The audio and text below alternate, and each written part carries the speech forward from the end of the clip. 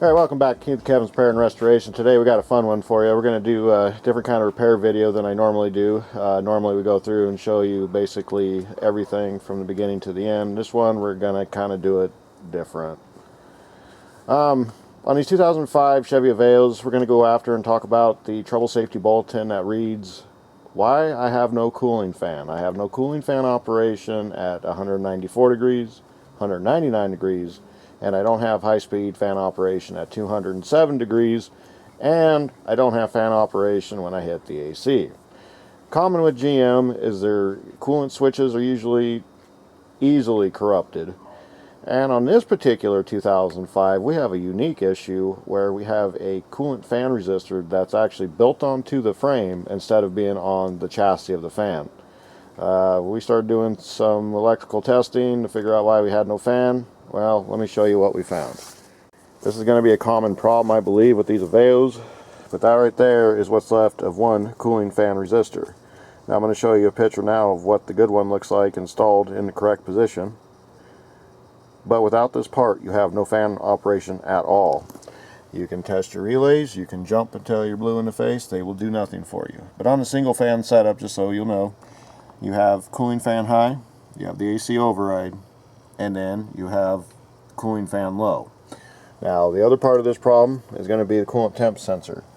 It is down there behind. I'm not going to show how to replace it. There's a lot of videos on YouTube that will. But basically to fix this problem, you got to replace the water temp sensor that's in behind the engine, and you've got to replace this sensor if you want to get this thing running again.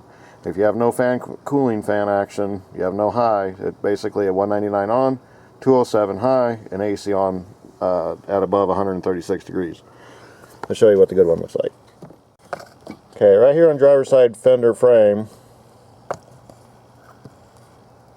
that's going to be the cooling fan resistor. That must get replaced. Generally what will happen is your battery will explode or leak. It'll leak right on there, and then give it a couple years, this thing cracks to nothing. We just barely touched it and just broke apart. So with that, we fixed that, put the new temp sensor in, and now we're going to run the final test for you and show you how the fan system works when everything is working correctly as the manufacturer has designed.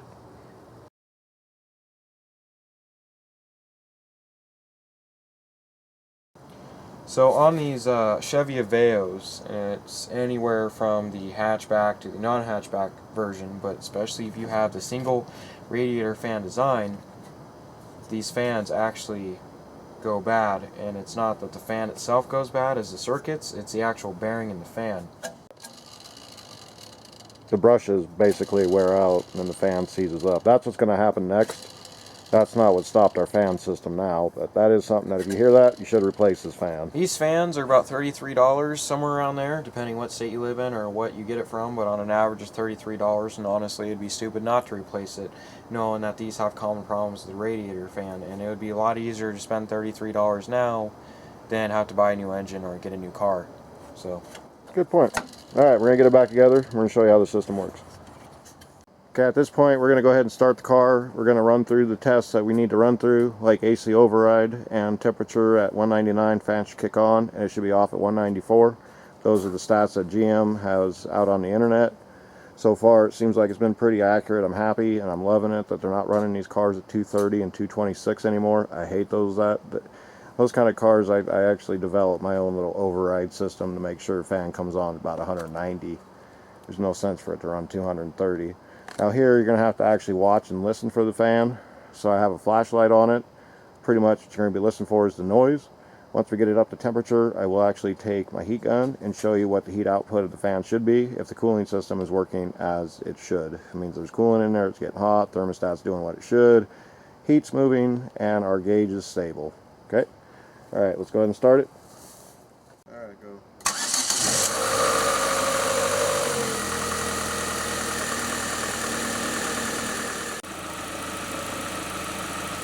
Otherwise it's 207, 199 is the minute.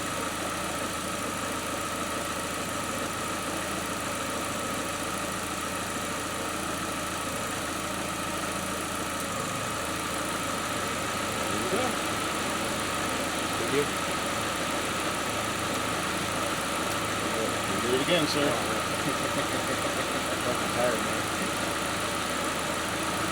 see how long it takes to cool off. So as you folks heard, at 199 the fan definitely kicked on. I think we're still on the low speed side. I think the high speed fan will probably kick on at 207. Now we'll see how good the radiator is by how fast it takes the heat out. Okay, just kicked off. Okay, Kev, go ahead and hit the AC. Let's make sure that override works. Make sure it's cold on the inside. Probably not. We've had problems with it. Yeah, we didn't have the fan working. Who knows how long that fan's been dead.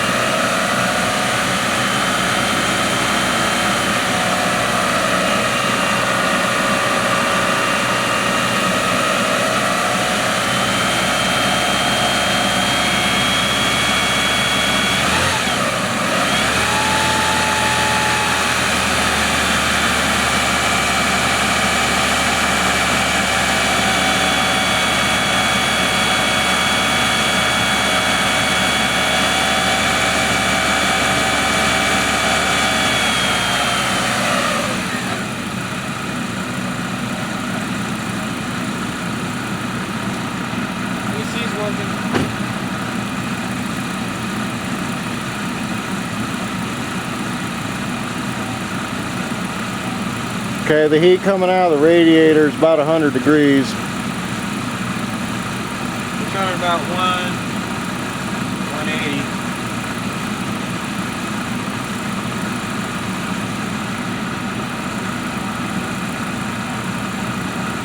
Now the air temperature right now is about 70 degrees, so plus 30, so the radiator is definitely running efficient. I'm sorry it's blurry, but the camera isn't that good. What I'm doing is I'm measuring the actual heat output. You should have lots of heat coming out of that fan when you're up to temperature. If it's cold and that fan is on, you've got something going on in your system. Bad thermostat, plugged radiator, I mean something. You got something. Bad water pump, something's causing that water not to flow, and therefore the fan can't get the heat out. But as you see at this point, this car is definitely fixed.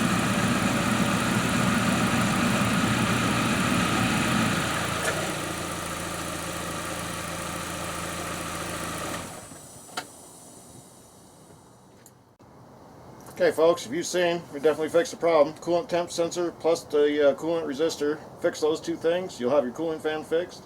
We hope you enjoyed the quick tutorial we're doing on this kind of repair. If you like these kind of short, just what's wrong with it and how do we fix it, click like and we'll definitely make more.